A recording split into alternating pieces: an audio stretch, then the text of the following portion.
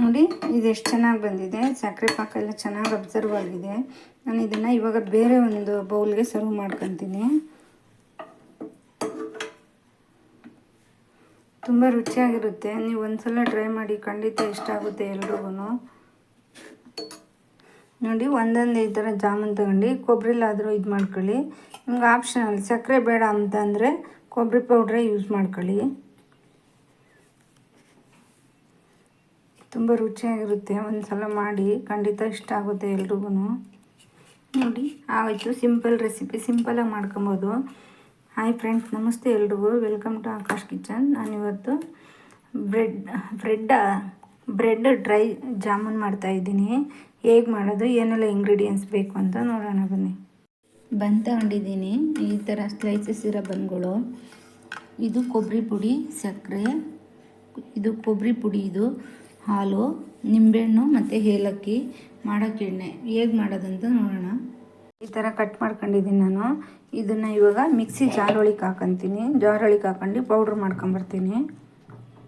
ನೋಡಿ ನಾನು ಪೌಡ್ರ್ ಮಾಡ್ಕೊಂಬಂದಿದ್ದೀನಿ. ಈ ಥರ ಆಗಿದೆ ಪೌಡ್ರು.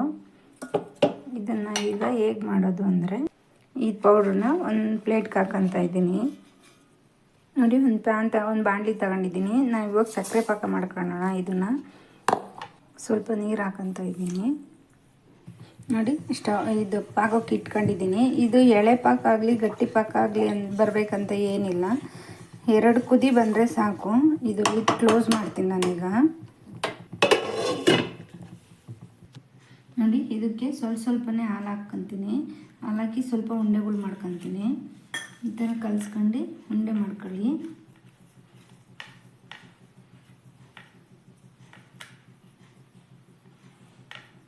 ಹೊರಗಡೆ ದುಡ್ಡು ಕೊಟ್ಟು ಬೇಕ್ರಿಲಿ ತಗೊಂಬಂದು ತಿನ್ನೋ ಅವಶ್ಯಕತೆ ಇರಲ್ಲ. ತುಂಬ ಚೆನ್ನಾಗಿರುತ್ತೆ.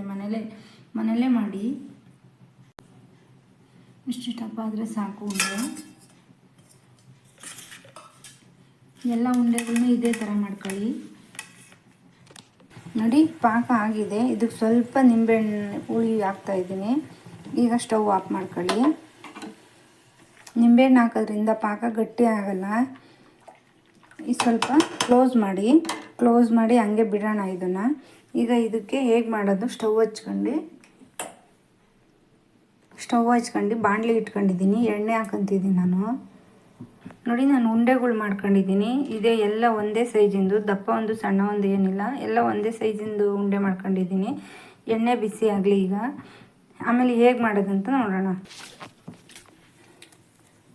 ಸ್ವಲ್ಪ ಏಲಕ್ಕಿ ಇದು ಹಾಕೊತಾ ಇದ್ದೀನಿ. ನೋಡಿ ಎಣ್ಣೆ ಬಿಸಿ ಆಗಿದೆ. ನಾನು ಒಂದೊಂದೇ ಉಂಡೆಗಳ್ನ ಹಾಕ್ತಾಯಿದ್ದೀನಿ.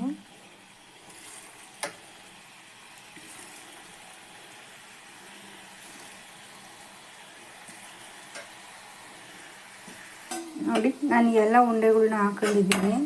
ಸ್ವಲ್ಪ ಗೋಲ್ಡನ್ ಕಲರ್ ಬರೋವರೆಗೂ ಇದು ಮಾಡ್ಕೊಳ್ಳಿ, ಫ್ರೈ ಮಾಡ್ಕೊಳ್ಳಿ. ನೋಡಿ ಇದಾಗಿದೆ. ಈಗ ನಾನು ತೆಗಿತೀನಿ. ಜಸ್ಟ್ 10 ಮಿನಿಟ್ಸಲ್ಲೇ ಆಗೋಗುತ್ತೆ. ತುಂಬ ಟೈಮು ಹಿಡಿಯಲ್ಲ, ಬೇಗ ಟೈಮು ಸೇವ್ ಆಗುತ್ತೆ.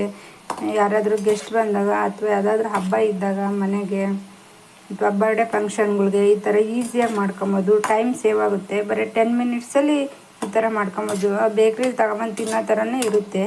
ಖಂಡಿತ ಒಂದು ಸಲ ಟ್ರೈ ಮಾಡಿ, ತುಂಬ ರುಚಿಯಾಗಿರುತ್ತೆ. ನಾನು ಇದನ್ನು ಬೇರೆ ಪ್ಲೇಟಿಗೆ ತೆಗ್ದಾಕಂತೀನಿ.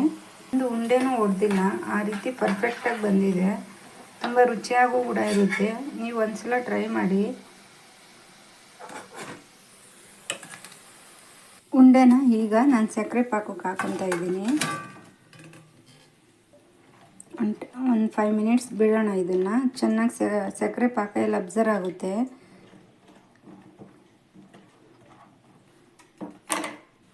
ತುಂಬ ರುಚಿಯಾಗೂ ಕೂಡ ಇರುತ್ತೆ. ನೀವೇನಾದರೂ ಫಸ್ಟ್ ಟೈಮ್ ನಮ್ಮ ಚಾನಲ್ ನೋಡ್ತಾ ಇದ್ದರೆ ಪ್ಲೀಸ್ ಸಬ್ಸ್ಕ್ರೈಬ್ ಮಾಡ್ಕೊಳ್ಳಿ, ಲೈಕ್ ಮಾಡಿ, ಶೇರ್ ಮಾಡಿ, ಕಮೆಂಟ್ ಮಾಡಿ ತಿಳಿಸಿ ಹೇಗೆ ಬಂತು ಅಂತ.